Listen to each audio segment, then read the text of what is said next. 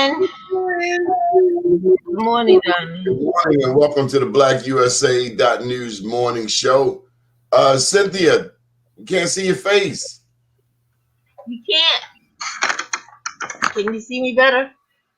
You know, we have to mask up in here, Don. Look, It's a okay. lot of people. Hey, Bria, there Gosh, you go. How are you? Good. How are you doing? I'm good.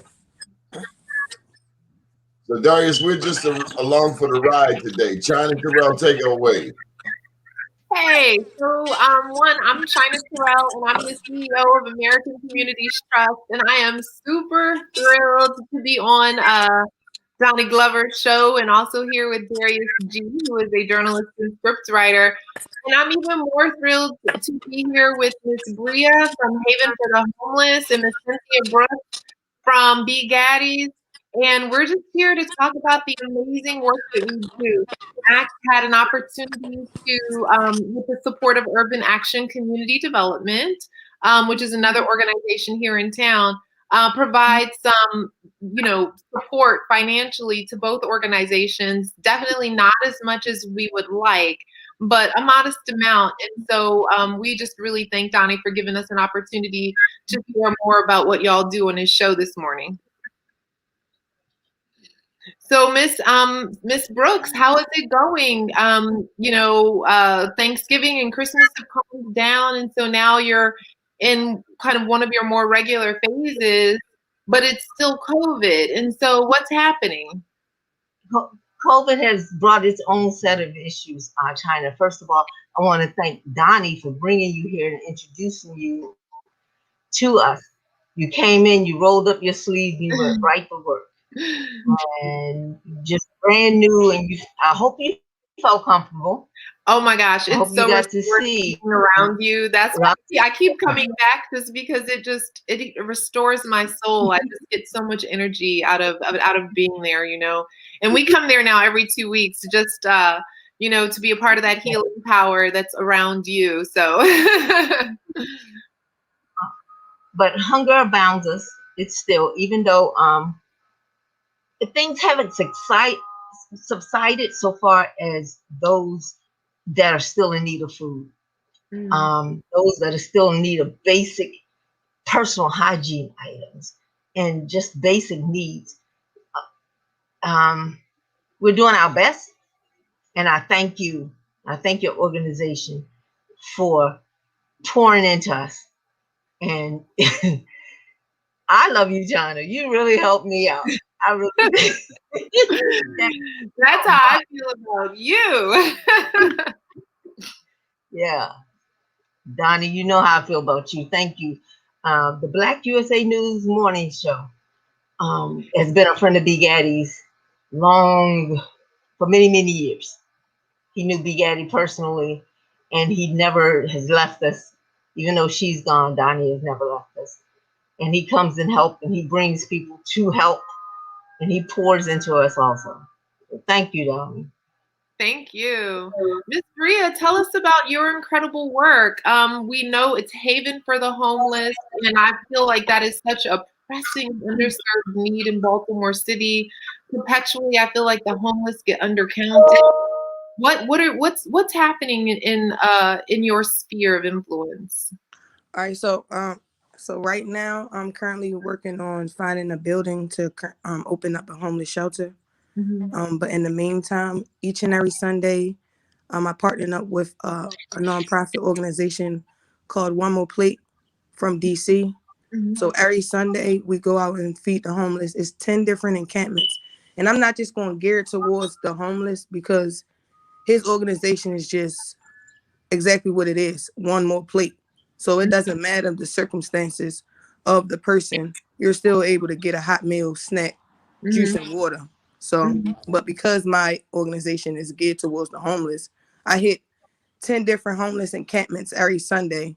But then here and now, I hit like places where you might have people that's high bad substance abuse or behavior issues.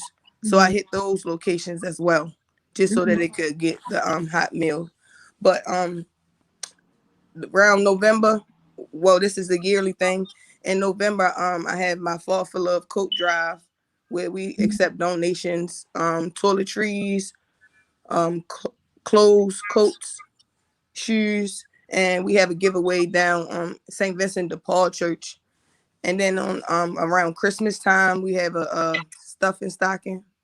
We stuff stockings with daily necessities, and we go around Baltimore City just handing them out to the homeless people. But right now, the focus is getting that shelter built and up and running. So the money that we receive from you guys, I really do appreciate it. I'm having an event in June. This will be 4 years I've been up and operating. So I'm gonna have like a community day / like cookout, and I'm gonna have mobile showers. We're gonna have clothes. We're gonna have a couple barbers out there, free food, free drinks, toiletries, daily hygiene just to get them through. We also gonna have one more plate come down since we're in partnership with them, and he's gonna bring some things down as well. So I just want to say thank you. I appreciate you for having me. I appreciate you for exposing me out there, getting my name out there in the streets. I really do appreciate it because I want to make a difference. Like I Well, feel thank like this plan that I have is McVeigh, going to. Akila, who is our new assistant project manager, whom ACT hired from Humana's administrative assistant training program, told us about your work. And so that is how we came to know about everything that you're doing. So how did And you I appreciate it. get started? Okay, so I used to have a lot of leftover food. I'm gonna just sum it up because this is a long story, but I'm gonna just give you the basics. I used to have a lot of leftover food on Sundays, and my mother used to always want to just throw it out. And I just would tell her, like, is it bad or you just getting rid of it because it's taking up space, you better, And she would tell me, like, no, it's not bad. I just, I'm cooking and I need to make space. So ever since then, I just take all the food, I pack it up individually. Depending on when I first started, I was only feeding like 20 to 30. Now I done served over 1,500 plates in Baltimore alone, Baltimore City alone. So that's how I all got started. I started off with leftover foods, and I had a bad experience with the homeless. And then as I got older, I always knew I wanted to give back. I had met a guy named Lonnie on Martin Luther King.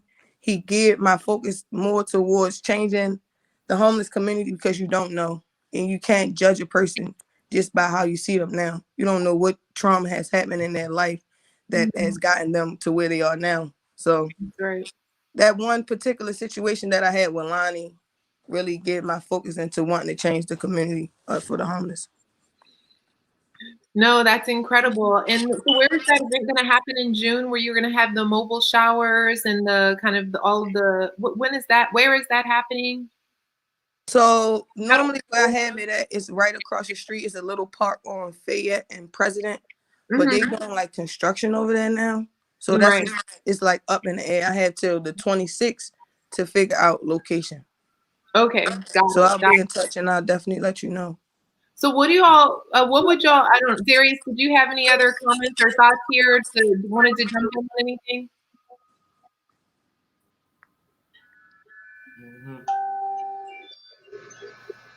You're muted. Yes, I did. I had a question for Miss Cynthia. Okay, put me in the hot seat, Mr. Darius. Yes, sir. In the near future. Let me take this face mask off. Okay, I'm putting myself out there. I'm ready for you. Let's do this. Okay. Yes. In the near future, do you plan on working on getting people that are less fortunate vaccinated?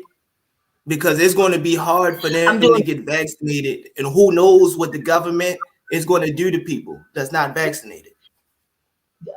Darius, you bring up a good point.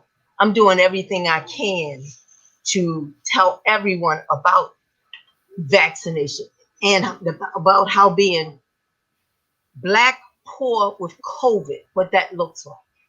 And because it's a different face when you see it over here. I'm fully vaccinated, and I have a place where we can host a vaccination clinic. My problem is no one's actually listening to me. You tell us you want me to get vaccinated. You tell me to go down to the convention center. Well, I can't get out of my community. So where should I go? How do I get there? When we go online, I don't have a computer. What do you're putting up so many roadblocks. It's already the biggest roadblocks because we don't trust the vaccine.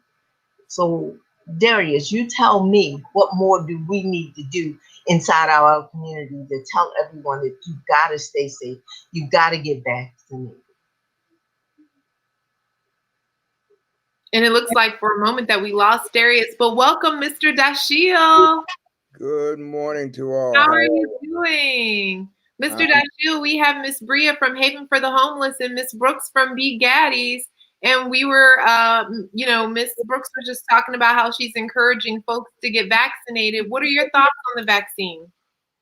Well, I've been vaccinated, and frankly, I think that most of the talk about the skepticism among Black folk for not getting vaccinated was just a cover for the fact that white folk were getting vaccinated first. I haven't run into anybody in our community who's afraid of getting vaccinated, to be honest with you. And like I said, I just think it's a big hype. In most cases where I've seen, and I represent a number of entities that are now hosting vaccination sites, it's because the people in the community just weren't being informed about the availability of the vaccine in their own neighborhoods. They didn't know that the sites were open and available. I mean, most of the people I know have no recollection of Tuskegee or anything else. And what they know about it is what the news, people tend to believe whatever they see. Unfortunately, people still tend to believe whatever they see on television or whatever they hear or on Facebook or wherever, Instagram or whatever. But it's hype. It's not true. Everybody that I've come into contact with is either been vaccinated or they're tired of waiting for it, or they're trying to find a place to go get vaccinated. Miss Bria, are you talking with people about vaccinations as you're out serving the homeless? What are you hearing people say?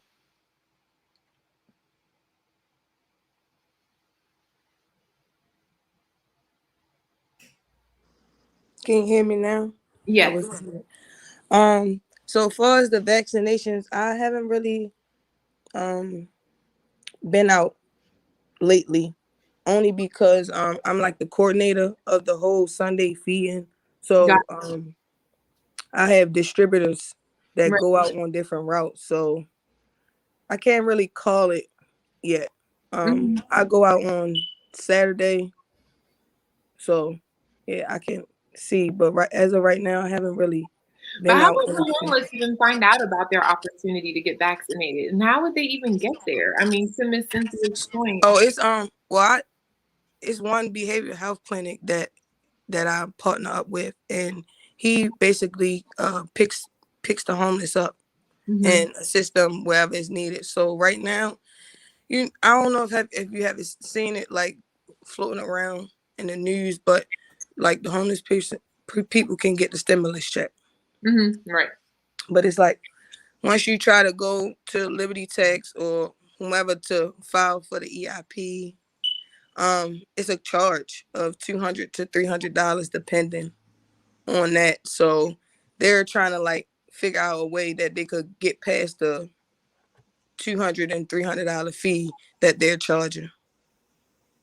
Wow. So it's just weird. A $200 fee, $300 fee for what? I'm confused. For processing the taxes. You're kidding me. So people can get their stimulus check? The homeless people. But then that's taking like a third of the money. Right. Or a quarter of the It's like a upfront charge that they're charging. So that's what they were investigating to see if we could get past that charge. But I think Darius should hand raised. What's going on, Darius? Excuse me, Bria, but we can help them, and it's free. Right. Allow them to use that. It's more expensive. It's free. It's just free. That's all. Predatory is right. I see the note popping up from Black USA News. Maybe that's Donnie Glover, but it is predatory and it is free. And so for anyone to charge $200 to $300 to help anyone, ensure that they get a stimulus check is you serious? It's predatory. It's so many things that are actually. Illegal. Unfortunately, it's not illegal, right?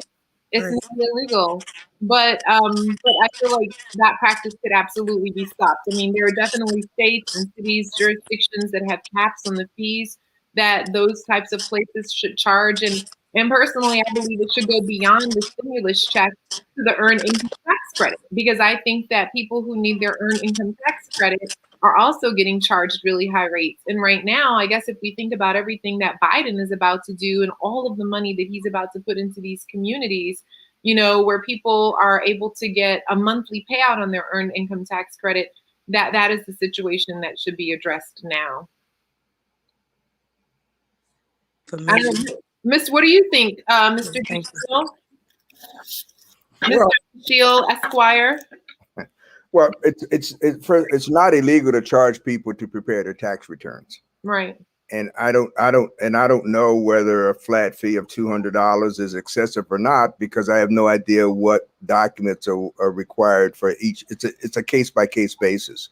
Mm-hmm. I know tax preparers that do it for free, and certainly if it's available, and if the service is available for free and it's competent, and in other words, if unfortunately in many cases what I've come across is people who are creating bogus tax returns. Mm-hmm. Just to allow people to get the stimulus check, and if they get it, that you face the possibility, in addition to getting your check, also doing some time. Mm-hmm. So if it's a legitimate service, and if they're performing a legitimate service, whether or not $200 is excessive depends upon the amount of work involved in providing the service. It's not outlandish on its face to me. Mm. I don't know. The only Okay. way, What do you the think? only way I would agree with that is if they do it for the back year also. Because there's some online, but it only takes about 30 minutes of your time. Mm-hmm. And it's straight through the IRS. Yeah, but we're Oh, talking about people who don't even have computers. Say it again. We're talking about people who don't have computers. Well, you providing your computer, your service, your time sitting there. You're a lawyer, Well, Miss Cynthia, where is it that people can go to get help for free? yeah, that's the question. I don't know. I mean, I don't do taxes, so I don't know. I don't know what free tax service there was available for anybody. She's unmuted. Go ahead, Miss Cynthia. Okay. We lady. IRS.com. Yes. .gov. IRS.gov. Yeah, .gov. Sorry, Miss Cynthia. That's okay, Darius. But it's IRS.gov. And then where can people go, though, if they don't have computers? Where can they go? I mean, I guess the public library in theory, but that's closed right now. I mean, is there a place where people get assistance? I'm sure that there is, that there must be. I think we'll start seeing places open up. The challenge is COVID. You cannot allow, you can't be exposed to everyone. So my challenge is, when I was last year's election, I was registering people outside. So do I feel safe coming outside to you? I would. I have a tablet, It's just finding organizations that's willing to safely do it. Got it.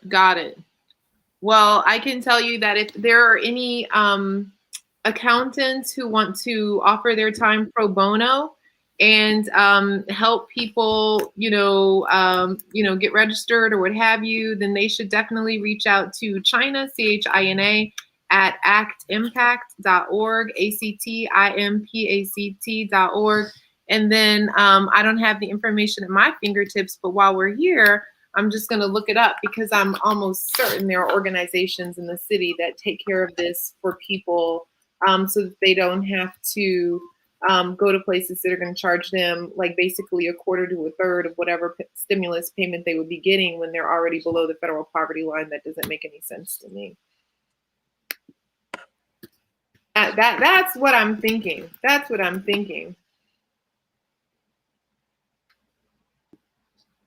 So what are the next steps here now? So Miss Cynthia, Miss Brooks, what are the next steps with regard to continuing to, I mean, people are getting vaccinated now. The hunger need is still there. But what do you see happening on the horizon, kind of in the next, like, what's the trend here? When is this over? What do you see as B. Gaddy Family Center's next step? Well, I don't think things will be over anytime soon. I think they're just gonna pretty much level out because they've leveled all the way up. So now we're just gonna level out and start working from that level. So we've been in crisis mode for 12 months. Right. Sometimes you gotta move from crisis mode to this is what we're doing. And this is how we're gonna get it done. And the frantic need of putting food in the community back in March of 2020 our shelves were bare. Were totally bare. And it was Johns Hopkins University and the community center at Johns Hopkins that told all the community organizations over here, we're going to step in and help. Because had it not been for them, it would have been so many people that would not have food. So this has been going on for a year. The state is helping. Everyone's stepping up and helping their neighbors. We're about to celebrate Mother's Day. We're going to invite mothers out that have gone through so much in the past year. And this year we're going to come together and have a celebration, a safe celebration. And Miss Bria, I see you nodding over there. What do you think? What's next on your end?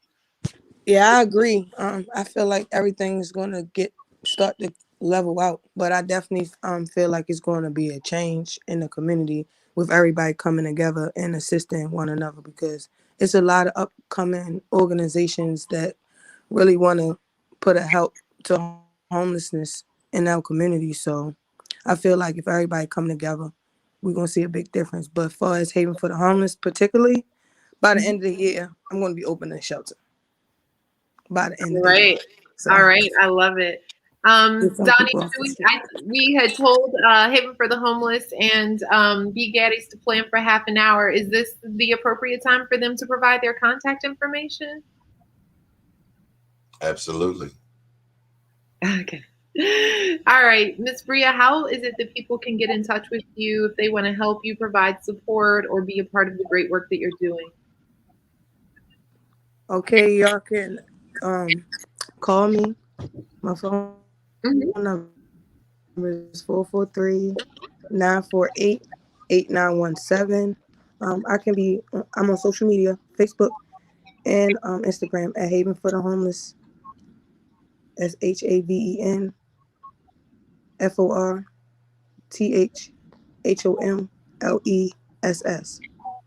on Facebook and on Instagram.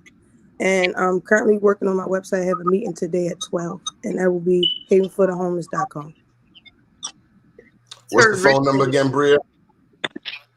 443-948-8917. And Ms. Brooks, how is it that, well, I know everyone knows how to reach you, but humor us and tell us how people can get in touch with you, please. We're at 425 North Chester Street. Our phone number is 410-563-2749. Our email address is simple, bgaddy, all one word, at gmail, and it'll get to us. We are on social media as well. And I thank you. Thank you again. Thank you. And I have to thank Bill Striever and Tabitha Atkins. They are the president or board chair, actually, and executive director of Urban Action Community Development. That organization helped to make the grants possible, and then ACT identified the recipients. So thank you so very much. We just really appreciate you both. Thank you for having us. We look forward to working with you. Thank you, Cynthia. Much love to you. Much love to you, Donnie. Thank you. Bye-bye.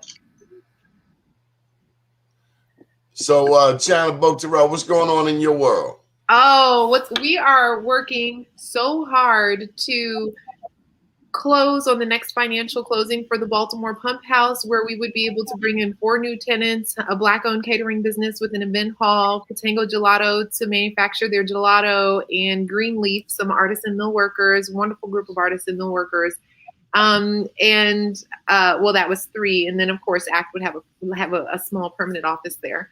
And so it's literally threading the needle. To be quite honest, raising capital to get development for small businesses done in a low-income community is insanely challenging. It is absolutely not for the faint of heart, and it's just not for the faint of heart. There aren't enough places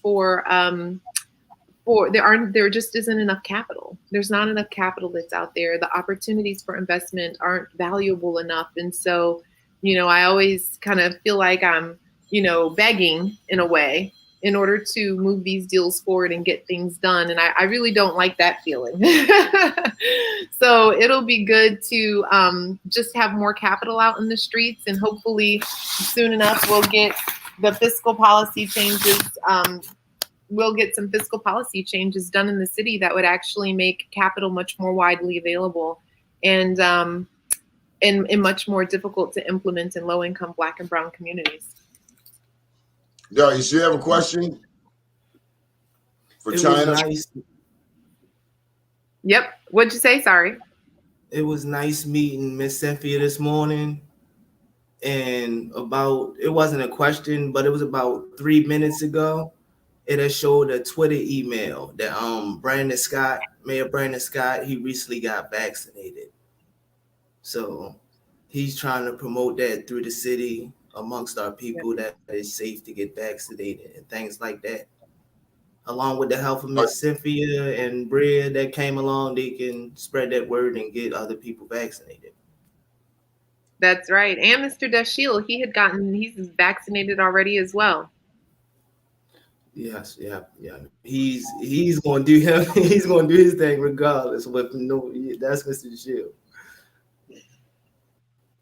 So, China, are you getting vaccinated? I will, as soon as I have the opportunity. I feel as though my number can't come up soon enough, and it probably won't come up for a while, to be quite honest, because I'm only 43. I have had emergency open heart surgery before, but I don't. It's not an ongoing concern at the moment, and so I don't really have additional health issues that would sort of push me up in line. And so I probably just have to wait until the vaccine is available for everyone after May 1st. How about you, Darius? You getting the vaccine? I'm thinking about it.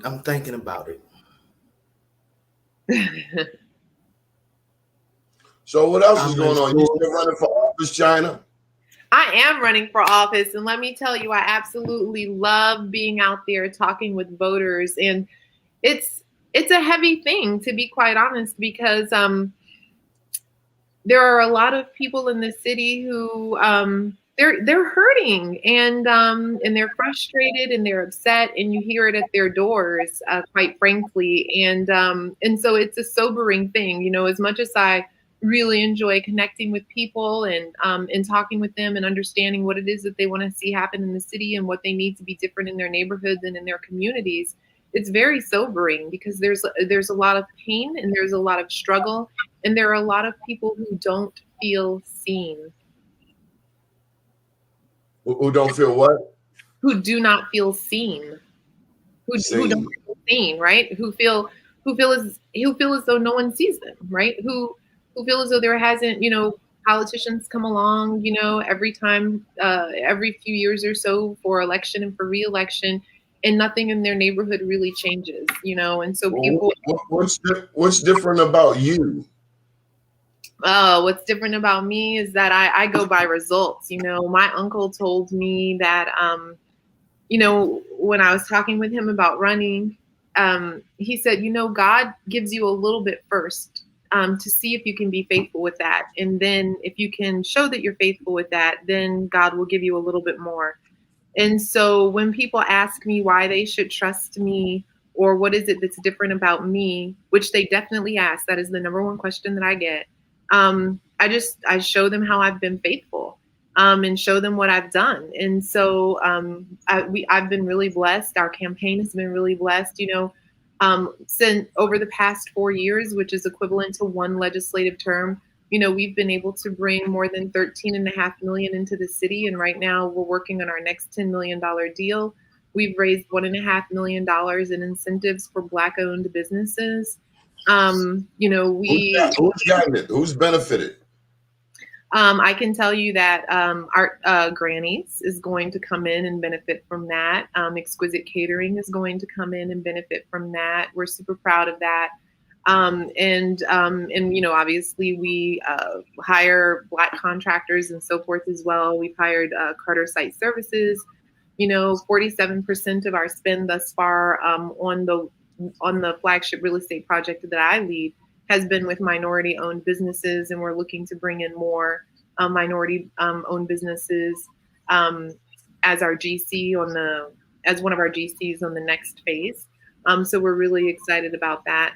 But we're doing it in a way that allows us to actually grow the capacity of new minority GCs who otherwise, probably would have been told that they don't have the portfolio to qualify for this level of work, but we know that they can do it. And so we partner them with someone, have them be the GC, and then they have it in their portfolio so that now anyone that's looking for a minority GC on historic adaptive reuse commercial projects, now I know that there will be at least one person that they can hire once our project is done, because we help to make sure that that person had the portfolio at this level. Mr. DeShields, you buying this? I was distracted. I don't want to. I'm not going to lead in with a comment that doesn't make sense because I didn't hear all that what was said. Yeah, but so we as part of our campaign, we focus on what we've done, and I think that's the most appropriate and only answer, because there are a lot of people out there who talk and it all sounds good, and it is stuff that we've all heard before. But there are very few people that have actually delivered on the things that they're promising to do. And that's what sets me apart as a candidate. And that's what sets our campaign apart. Well, I would say this: of the things that I did hear, access to capital is something I would definitely agree with. The capital is out there. I mean, it is. There's always been the capital. It's the objectives and the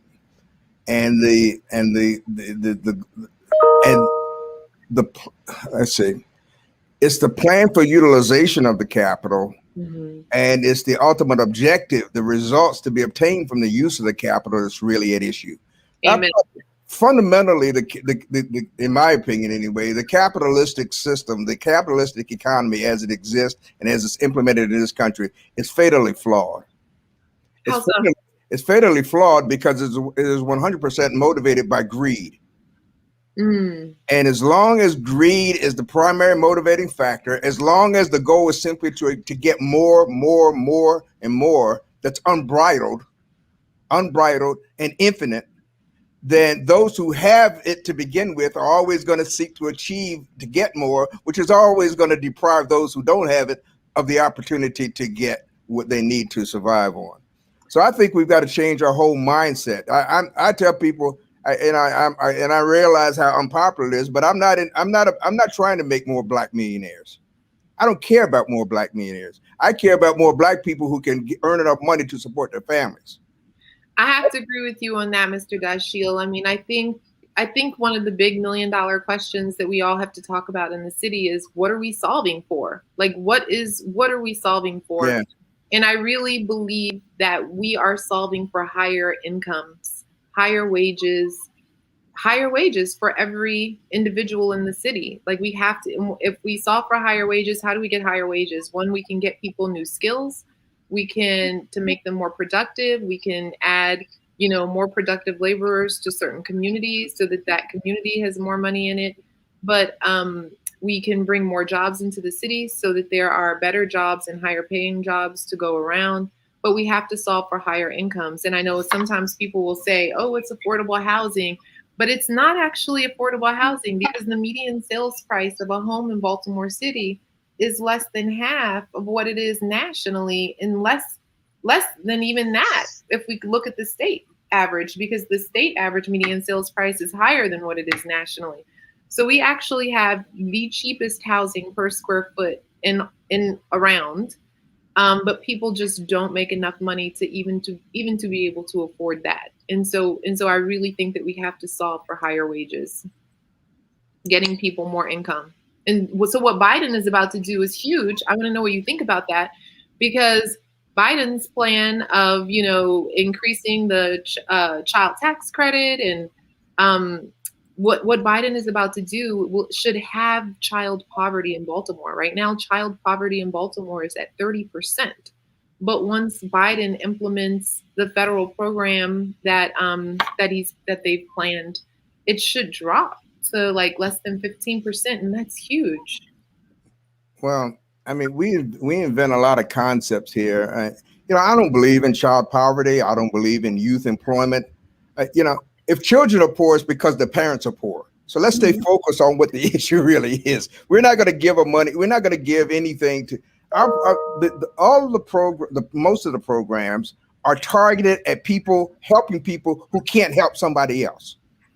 Mm-hmm. We got to focus on helping people who can help somebody else, and we ought to make helping somebody else a condition preceding to helping them. What am I saying? What are you saying? That's what I want to know. we help the people at the bottom, mm-hmm. but we don't raise them to the top. We just raise them enough so that we feel better about helping them. But the people at the bottom can't help anybody else. We need to help somebody who can pull somebody up with the help that we give them. So what would that look like? It means finding the people who are borderline. For example, finding the family where they've got to work 2 jobs to maintain the family, and figuring out a way so they can reduce that to 1 job and support the family. Gotcha. I mean, there's research around that. There's research that says that if you help people who are just below the middle, that you can actually help more people and have a greater impact than if you focus on helping the folks who are all the way at the bottom move up. But I think that Biden's plan does exactly what you just said.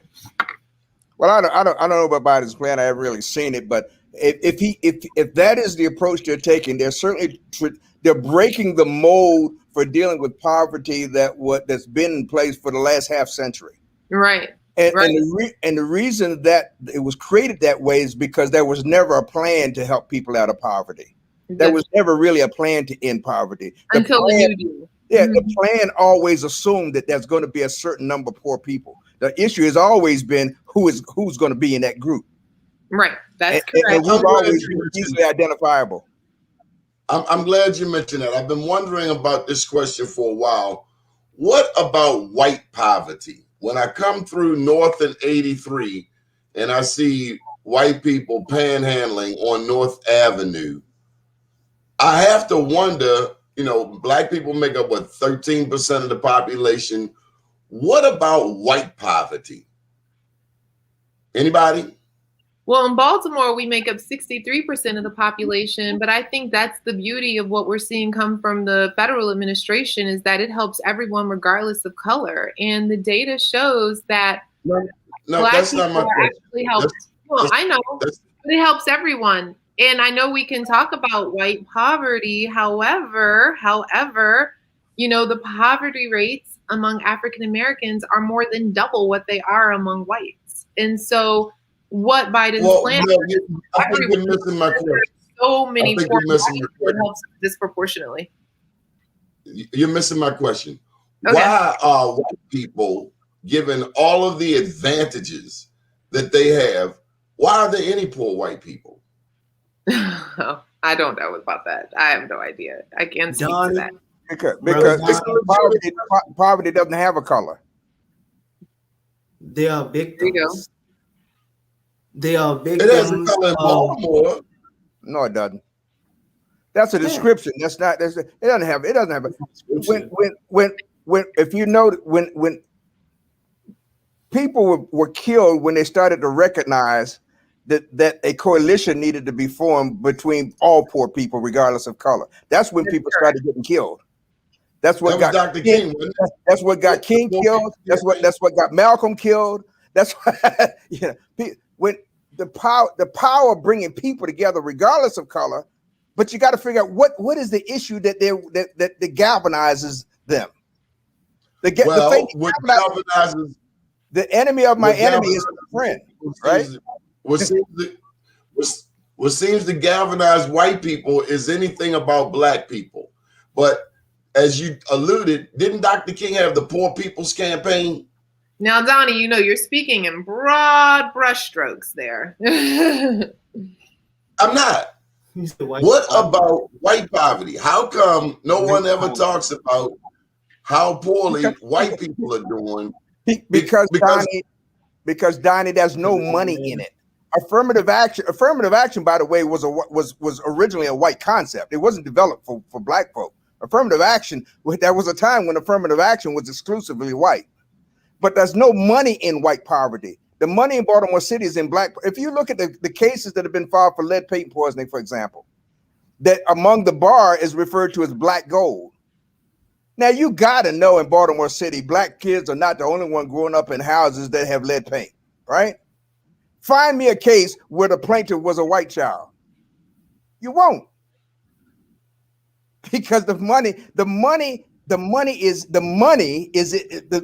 be made is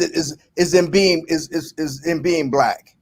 We are the grist of the mill when it comes to so-called social programs. We are the grist. We are the subject. Of course, there are poor white people, but they are to remain separate from poor black people because somehow or another they believe that being white still makes them better.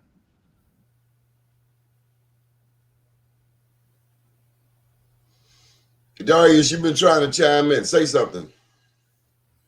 It seemed like, Abe, you meant white poverty. That was the topic you spoke on, right, Donnie? White poverty. They basically are victims of heroin and all the drugs, crack, things like that we had got swept with. They just didn't last. They didn't last strong. So they're just out there. They're the leftovers. That's where their poverty issue lies at. Until their people get them funding and their people get them places for rehab and things like that, then their poverty will get better and they can do what they go on from there.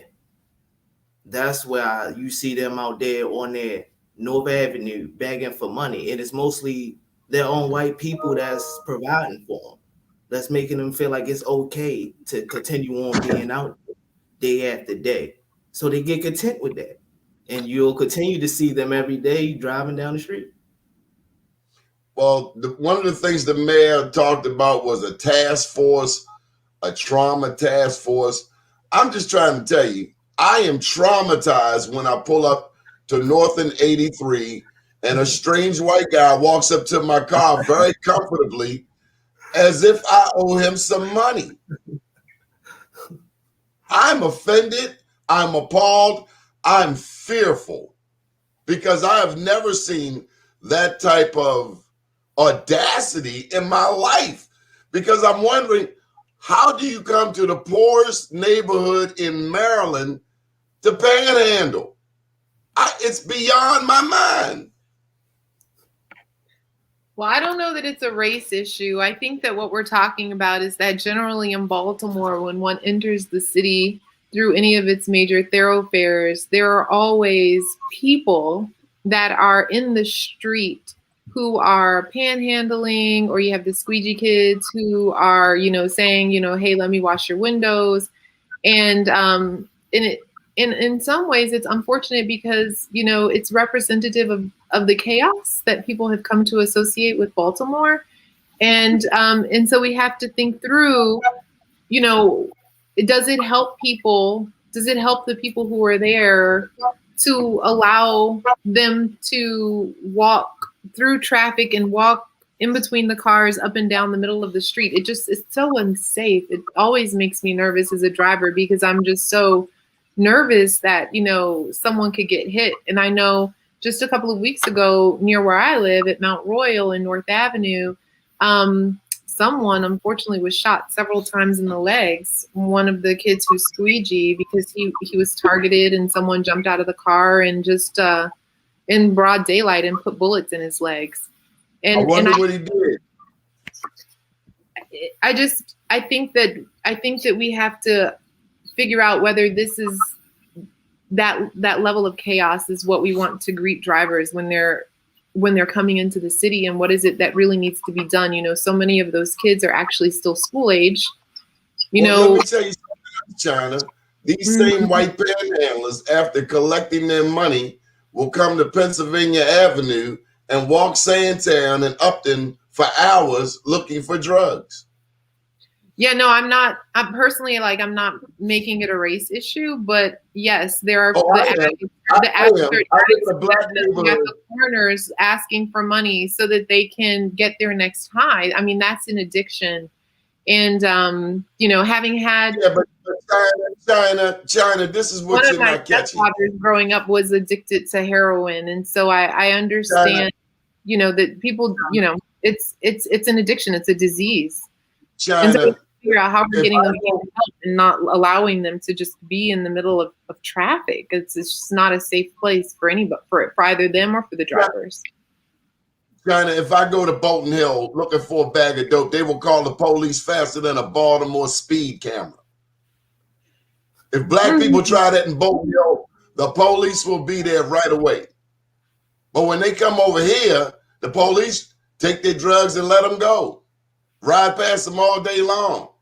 I can tell you there's absolutely inequity in the level of services that predominantly white neighborhoods get versus predominantly black ones. I see it every day because where our work is, it's in Broadway East, and people complain often that, their trash didn't come or there's dumping and no one from the city addresses it. Like lights remain busted, blown out for forever. No one comes to fix it. And I can tell you absolutely that in the predominantly white neighborhoods and in Bolton Hill, where I live with my family, that the community does not allow that type of negligence. And so they're absolutely more equity. Do you think we allow it? I can tell you that no one is allowing it. When we pay our mortgages and say, hey, by the way, you can sell dope over here. You really think we do that? I don't think it's the people. It's the inequity in the services. And this is exactly why I'm running, to be quite frank, because I don't believe that the low-income communities are getting the attention that they deserve. And I think part of it... deserve? Who determines deserve? The low-income communities are not getting the attention or the services that they either need or deserve, however you want to frame it, but that it is inequitable. We don't have street lights on our communities. There are not pedestrian street lamps. Like it's deeper than that. It's deeper than that. Donnie, the best way to keep the panhandlers, white or black, out of your neighborhood is stop giving them money. I mean, look, no. What I'm saying is, people it really gets me. It's sort of like the discussion about liquor stores in our neighborhoods, and people, everybody says we don't want more liquor stores here. We don't want liquor stores here. We don't. Well, if you stop buying, the stores will go away. They're not there simply to be occupying space.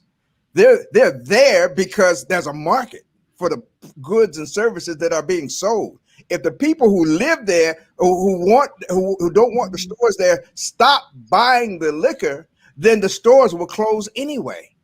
I mean, we are not powerless as a people. We simply don't we don't believe in the power that we have because we've been trained not to exercise it. We've been taught not to exercise it. We have tremendous power. We have tremendous power.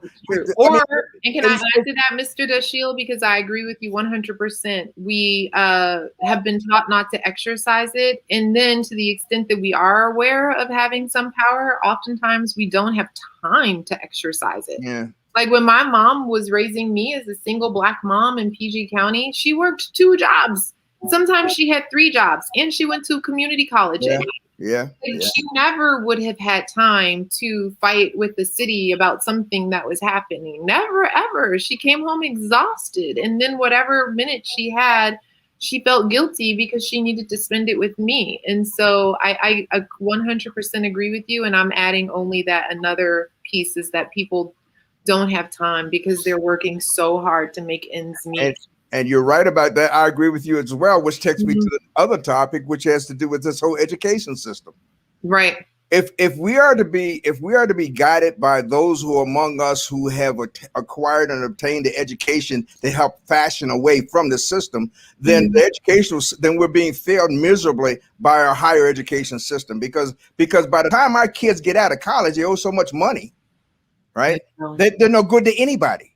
By the time they finish paying off the college debt, they're already 55 and 60 years old. What good are they? That's true. Half their life is gone. So here's an interesting statistic. So, and I know this for Black women. I don't know it for Black men, but for Black educated women who have college degrees, they make 54 cents on the dollar. For every dollar that a white male counterpart makes, a Black educated woman makes only 54 cents. An uneducated, like a Black woman without a college degree makes 62 cents. And that differential is because the Black woman with the degree has college debt. And so they make even less on the dollar than a Black woman without a college degree. And that statistic to me is fascinating. And I think, and that's exactly what you're talking about. We have so much debt when we get out of school. And the question that we need to examine is why does it cost so? I mean, there are countries around the world where education is free at all levels. Right. Does it cost? Why does a college education cost so much in the United States? Why does it take 4 years to get it? Right. Why is it that after 10 years, the Black college graduate makes no more than a white high school graduate? How about this? How do you print a biology 101 book every year when the information is the same? Yes, it's a hustle. Education. That's exactly right. We don't get into it because the lobby is too powerful. The education, you'd be surprised. Yeah, and when I used to complain about this all the time when I was on the county school board in Baltimore County. Why do we buy these books from these people? Why do we accept that? Why do we buy our testing from these people? Who said that they know what they're doing? Who said that they're the best for us? Who said that? I mean, but you ask these questions and you get no answer. Well, that's the only answer I ever got was, well, that's what we've always done. Those are the ones we've always purchased from. That's the way we've always handled these things. Well, guess what, guys? If you keep putting the same thing in, you're bound to get the same thing out. If you walk across that same street corner every day when the bus is coming, you're going to get hit on that same corner. It's a lot, but somebody's got to be willing to stop and say enough is enough. And unfortunately, in most cases, our elected leaders who we expect to take that position invariably, in my experience, get to the point where the primary concern is getting reelected. Right. That's right. And we need more profits among our elected political class, or among our political class. I agree. Hey, Mr. Dashiell, I think one thing I want to add to that is that I saw recently in the paper that, Baltimore City public school teachers were getting vaccinated, but they didn't have information on how many of their teachers had gotten vaccinated. And that was so disappointing for me because I just thought, wait a minute, you're trying to make sure all the teachers are getting vaccinated and you don't know how many have gotten vaccinated? Like, what? To me, that is the one number that right now they should absolutely know. Well, I want to know what a woman is paid $339,000 a year. What does she really know? Because I always hear what we don't know. What does she know? Because that's a lot of money to pay for a 0.13 GPA. But let me say this. I got to say this. But Fox last night went in they brought in a 55-year-old man who claimed Baltimore City public school system failed him. And I just wonder, how deep must Fox dig in order to make a story? I mean, talking about desperate. And I want to know too, why does Fox keep bringing Thiru Vignarajah up when the election is over? Well, I'm glad that that Black woman leading the school system is making $339,000 a year, because I can tell you, having worked as the second She got a 0.13 GPA. I'd file, but superintendent of education, that she is still probably underpaid compared to her counterparts. The Black wealth gap between Black women and anyone is absolutely real. So I applaud her for that. However, you want to go, I don't care what she makes. If you got a 0.13 GPA, making more money. You should go on. Guys, you can't. I can't. Nobody's gonna understand what you're saying if you're both talking at the same time. That's true. Go ahead, Donnie. A 0.13 GPA, somebody should be in jail. Yeah, I agree with that. But that's a prior point. D is not passing, okay? An education system where D is a passing grade is flawed, flatally. I don't give a damn how long you have to stay in that classroom. You stay there till you earn at least a C. Right. I'm not going to you don't pass my course in a D, period. What message are you giving to the kids and to the parents when you say D is passing? That means we expect you to fail. That's right. So when did that means we expect you to fail. When did that last change? I thought it was a 70. What happened? I don't know. I don't know when D became a passing grade, but I know today is the day to stop it. So there you go, China Boak Terrell. You got to be pushing a 70 as passing. If you want to get the support of this news outlet, we need to hear 70 is passing, not 60. Exactly right. Exactly right. But I can tell you one other thing that we're honestly missing out on that is a huge opportunity. Okay, aside from the 1.9 trillion stimulus that, the Congress just passed and that Biden signed, there's another $2 trillion that Biden is putting into construction. That's $200 billion a year that's going to create 200,000 construction jobs a year. And I am concerned that the Baltimore workforce is not ready for that. Our CTE programs in the high schools don't prepare people for those construction jobs. They're not graduating with their certifications in the trade in the way that they need to be. And we don't have enough people who are workforce ready in construction.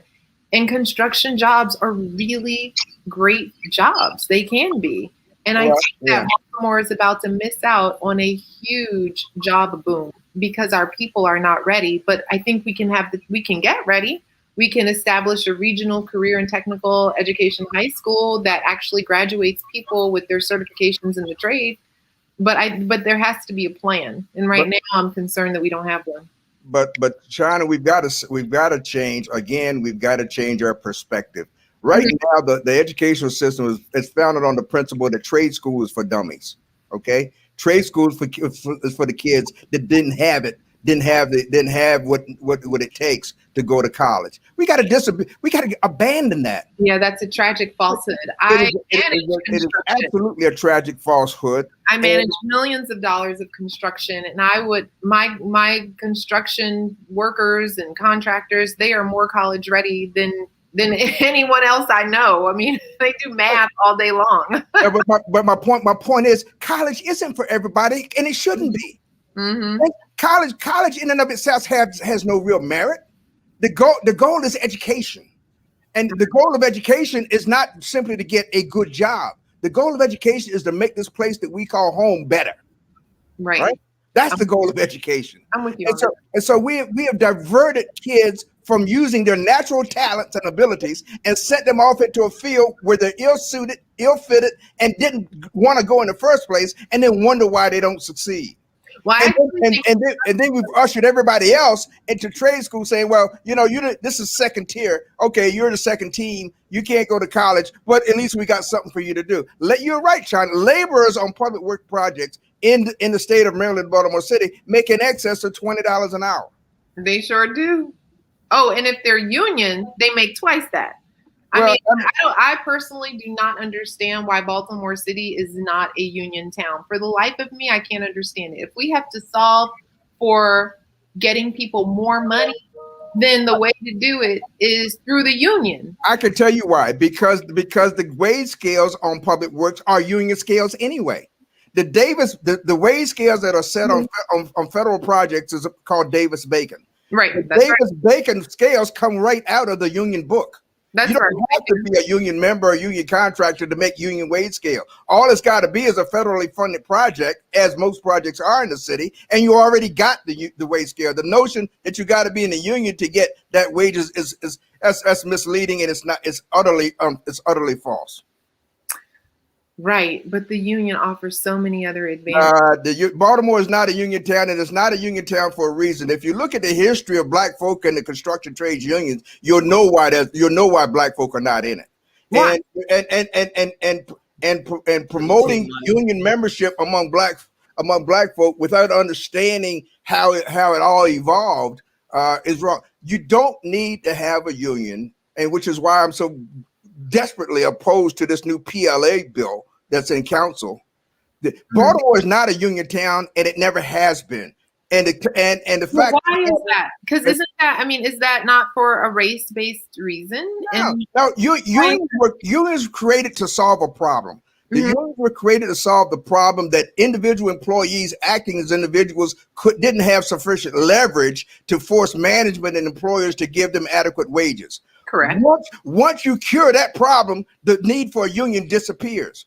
That problem was cured with Davis-Bacon.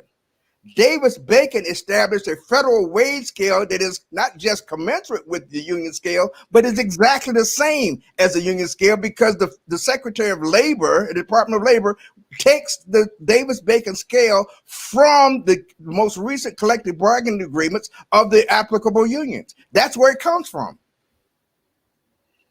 Right. I guess in my mind, what I'm thinking about with the union is that once you go in, you have basically a job for life, because they move you around to wherever the work is and they assign you to the next job. Right. And so in addition, you have the benefits and so forth. So yes, there are Davis-Bacon wages, but you can make Davis-Bacon wages and not get the benefits and still be in a financially poor position. Right. No, that's not really true, but we could talk about that offline another time. That's not really the case. But anyway, go ahead. Okay. Nope. Yep. No, I hear you. Yeah, I'm asking. Donnie, where'd you disappear to? You invite people on your show and then you go, what do you do? You go back and take a nap? What are you doing? Well, it's at 11:05, and so I was trying to line up the next guest who did not get the email. I think our time is up anyway, isn't it? Yeah, it is. But hey, Mr. DeShiel, I have loved being able to chat with you again. It has been a pleasure and a joy this morning. I as well. And if I knew how to contact you, I'd give you a call sometime and we could get. Hey, I know how to contact you. I'm gonna contact you and text you my information. I'll make sure I have your correct cell phone number by getting it from Donnie. Thank you so much, and I look forward to speaking with you. All right. And hey, Darius G, thank you so much. It was good to get to know you a little bit more today. Thank you. It was nice. Good deal. Thank you, Mr. DeShields. Thank you, China. Darius, stick around. I got a couple of questions for you. Peace out. Right. Y'all take care now. Bye. All right. So, Darius, nice tie you got on there, pal. Thank you. Thank you. What have you been up to? You still doing the show? Yes, I am. Of course, every Friday, Urban Spotlight, 7 a.m. What's that about? What's that all about? The tie. They No, like Urban Chinese Spotlight. musical news. The Urban Spotlight. All types of entrepreneurship, youth empowerment, youth development, as far as entrepreneur and educational wise, because that's what's needed to be pushed into the community throughout the youth. Okay. I had a couple sports people on there here and there, a couple radio hosts. Last week we had what's the guy from Los Angeles? I forgot his name. Devon Walker. Yes. From the Black Wall Street gang. Oh, Troy Rollins. Troy Rollins from Los Angeles. Yeah, he was a riot. Yeah, he was good. So it's going to be another good show. Do you have any guest scheduled yet? A couple that's lined up, but it's so many we can't do it within an hour. Oh, you have to take more time then. We were waiting on Milton Hunt to come in. Apparently, he did not get the email. I've sent it a couple of times. I'm not sure what happened to him. I was trying to stick around. Milton Hunt has been very active. And I don't know what Marty. Hold on for a second. Let's see. Have you met Maurice? Maurice Tates? Yes. Because he keeps putting some things in the chat, and I have no idea what he's talking about. Maurice, come on in here and tell me what you're talking about. I have no idea who Maurice Tates is. Oh, he's James Mosher baseball. He's the king of baseball. You know anything about, did you play any sports? That name sounds familiar. I ran track. You know, Morocco ran track. Oh, yeah. Yeah, he cross was country also. Yeah, Morocco was on his way to the 1968 Olympics as a hurdler. Okay, so let's chime on out. Darius, how can people get in touch with you? Catch me on the Urban Spotlight, Black News USA. Good deal. This has been Donnie Glover. Thank you for tuning in to another edition, and we'll see you tomorrow. Up to day, down tomorrow. Do your day, and everything will follow. Nothing to it but to do it. I got to do it, regardless of how I feel. I am somebody. I am my brother's keeper. Good morning.